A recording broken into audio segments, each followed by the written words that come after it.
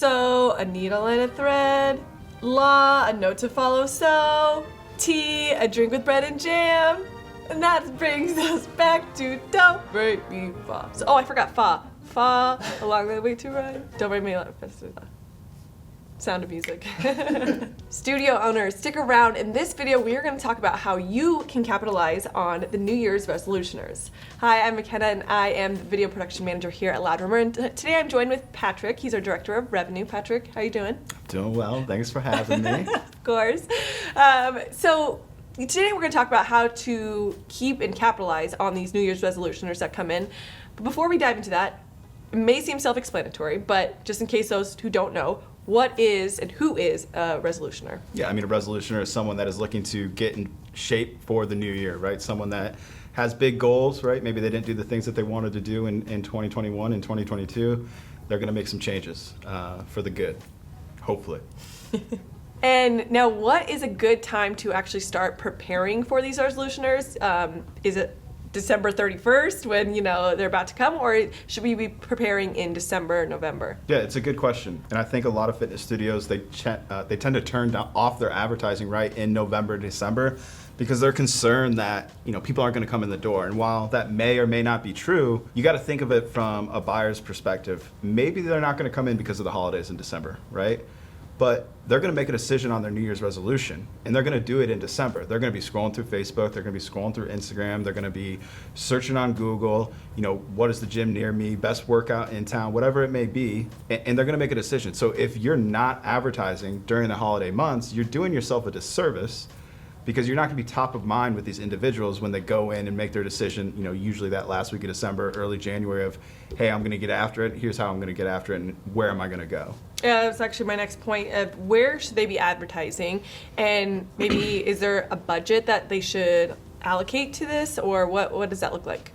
The question of where they should be advertising, I mean, as a marketer, I'm going to tell them everywhere possible, right? It's not about where you enjoy advertising, it's about where these individuals are. Are they on Facebook? Yes. Are they on Instagram? Most likely. Are they on Google? Yes. So those platforms for sure, but are there other platforms that we could test, right? Is Pinterest a good opportunity? Is TikTok, whatever the latest social media app, let's test it. Let's see if it works. Let's see if it generates results. And then in terms of budget, I mean, what's your threshold for paying, right? What kind of return do you want to see on your investment? Those are all the questions you consider asking yourself. It's not about, hey, what's the minimum dollar we can spend for the highest amount of results, which is great, right? But what are my metrics? What do they look like? What am I getting leads for? What is it costing me to acquire them? And then reverse engineering that, making decisions on what I should spend. But to give people an answer if they're curious, at minimum, you should be spending at least $1,500 on Facebook and Instagram a month, and at minimum, you should probably be spending closer to $2,000 a month on YouTube and Google. Now, is that because especially during the holidays, there's going to be not just fitness studio competitors, but also... Yeah, great question. I mean, the holidays are going to get more expensive from an advertising perspective because more people enter the marketplace, right? It's not just fitness studios. It's people that are, wanting to push products, wanting to push services for the holiday season for people to buy. Excuse me. So your costs most likely are going to go up in December.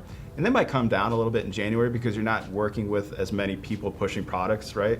Like e-commerce products, but you do have more fitness studios in January. But yeah, costs are going to be a little bit more in this time of year. So if I understand at some point my cost per lead is what my cost per lead is going to be, right? And if I know that number and I'm acquiring members at that cost per lead, then I'm throwing more fuel on the fire, right? Right.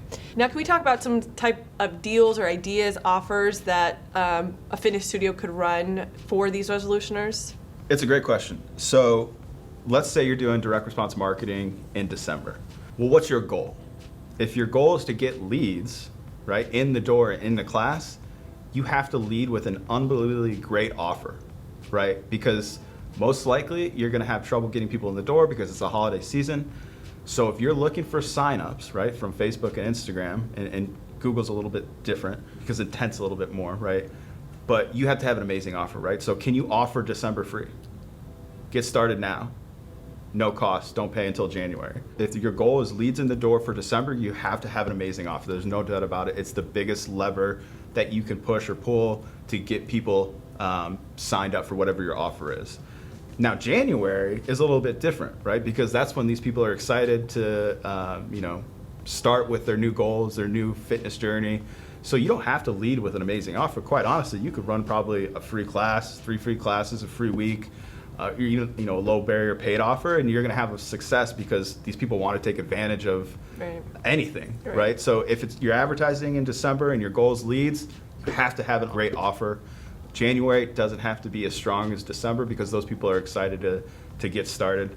And I'll say this, if you're concerned about giving too much in way for December for whatever reason, and you want to stay top of mind for those people that are looking to take advantage of programs in January, then lead with some value. In December, if you're like, I don't want to, for whatever reason, do an amazing offer to get people in the door, I just want to stay top of mind.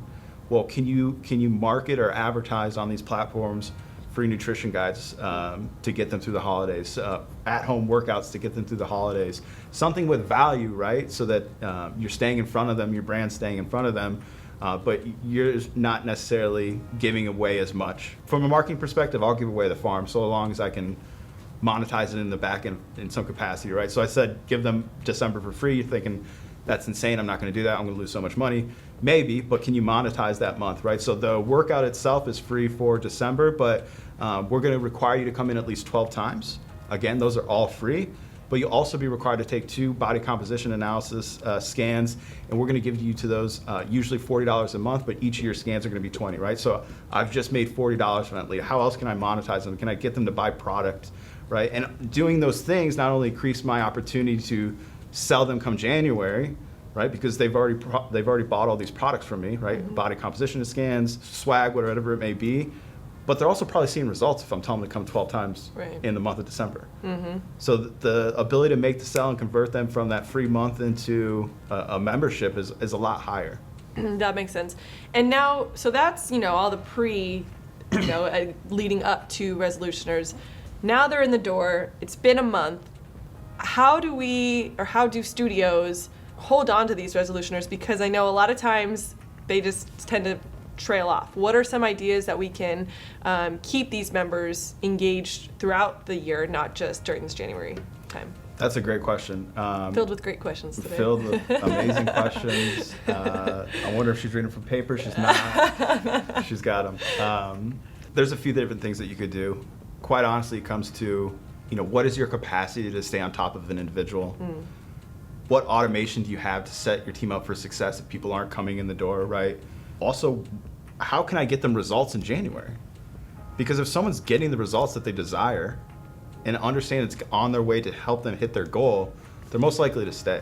So let's talk about the first one, follow-up, right? Are you actively following up with your members that are actual members and not leads, right? When people come to class or don't come to class, are you calling them? Are you texting them, making sure everything's okay? That's a lot of work, right? That's hard to scale. So the next piece is creating that automation. What systems do you have in place, whether those manual or automated, ideally automated so that you can scale it, that says, hey, Susie hasn't come in a week, I'm gonna send a text, either give the studio individual a text that says Susie hasn't showed up in a week, or literally text Susie with automation and say, hey, you haven't been here a week, hope everything's going on, how can I get you scheduled into your next class? So that's the second piece, is creating automation to stay on top of those individuals. And then, what we talked about, results. How can you ensure that they're getting results? How can you help them after their first class that week, first week in January, to schedule the next one, and the next one, and the next one? Because the most likely, if they're gonna come to the class, for the most part, most likely they're going to see results. So how do you hold them accountable to getting results in a short period of time? Because that's gonna extend them into month 2, month 3, month 4. And it goes back to checking in on them. I think that's extremely important, which a lot of studios, I don't believe, do a good enough job, right? Because it's a lot of work, right? So find the tools, the resources to help you in that process to check in on members. If you don't offer nutrition, how can you set them up on a nutrition program? How can you recommend supplements to them? Ideally, do all those things yourselves. Don't make Amazon money, make your own money. Exactly. So find some nutrition products or supplements that you believe in, that you can make money off of them, and recommend them to your member, because they're going to buy them somewhere, right? Especially if they're super excited about the new fitness journey. Monetize those yourself. Right. And it sounds like a lot of it is the utilization piece of it, making sure that you're getting your members booked into the next session, actually using their membership, because what tends to happen is people don't use their membership and then they cancel. So, I love that part, booking them, making sure they get booked. Another note too, you had talked about, you're calling leads, texting the leads. That's not going to come from necessarily the owner. It's going to be your team. How do you get your team bought into making sure, or is there a process that they should follow in order to make sure that this gets done? Also, the easiest way to do it, LRVT. Yeah, Latimer Virtual Training. We do have tons and tons of resources and guides and scripts, templates, checklists for your team training. Yeah, Latimer VT was essentially developed to help studio owners train their staff so they can take time out of working in their business and focus on working on their business. So if you want a free consultation on what we do for your team, right, go ahead and click the description below, and we'll get you set up on a free 30-minute consultation on creating some short-term wins for you, and then how to leverage the program, LRVT, for long-term success. Right. But to answer your question, it's like, how do you get your team motivated to call leads and get people booked? Well, do you have the right person, right? If they're unwilling to do that, I don't know if you have the right person in place, so they might not be the best fit for your team. The next thing is, maybe they're the right person, but they struggle a little bit with mindset. And I think, a lot of studio staff does this, right? Because sometimes they may be younger or less experienced, but someone tells them to go F off on a call, and they take it personally, right? And then they're like, oh, this bad lead, whatever it may be, is like, you just have to reframe your mindset. It's not a lead. Right. This is someone with a fitness goal, right, that they want to achieve. If you assume it's your responsibility to help that individual achieve their goals, then you're going to set yourself up for better success, because you're not thinking of it as a lead, you're thinking of it as an opportunity to change someone's life. Right. So let's assume that you have the mindset down, right? So they're the right person, we got the right mindset in place. The third piece is, are they incentivized to sell, right? If they're a $14 an hour employee and make no commission off selling a membership, what's the likelihood that they're gonna, sell them, be excited about selling them, right? So that's the third piece. Is I would say find in any way that you can to set up a commission structure for your sales team. If you're a small owner, you don't have a sales team. If you just have coaches or front desk staff, same thing. Incentivize them to sell memberships. It might cost you a little bit more money, but I guarantee if you incentivize people to sell, they will sell more memberships, assuming they're the right fit and they have the right mindset. And the last thing I'll say is, I don't think a lot of times fitness studios align their teams on what the objectives and goals are for the month or even the quarter. Right. At Latimer, leading two teams, right, the sales and marketing team, I'm big on setting OKRs, right, which is our objections and key results. And I do that because it aligns the team, right? So for Q1, right, our revenue target on the sales team is to increase quarterly revenue by 15%. That's our objective. We all know that's what we want to achieve as a team. And then we break down some key results. How are we going to get there? Well, here's how much revenue we need to do. Here's how many members we need to hit. Here's how many leads I want you guys to get. Here's how many referrals I want you to get. And then that leaves no room for unknowns, because we know as a team, here are our objections, right? So as an owner, can you set some objectives for your teams in Q1 or even January to say, hey, here's where I want to be. Here's how we're going to get there. What support do you need from me? So that's the last piece I'll say, is I don't think a lot of times they align their teams on what they want to achieve in their business. Yeah, and how to get there, and then reverse engineer those numbers. Yeah, absolutely. Making sure your team is prepared and that your studio is prepared for these resolutioners is going to really set you guys up for the full year.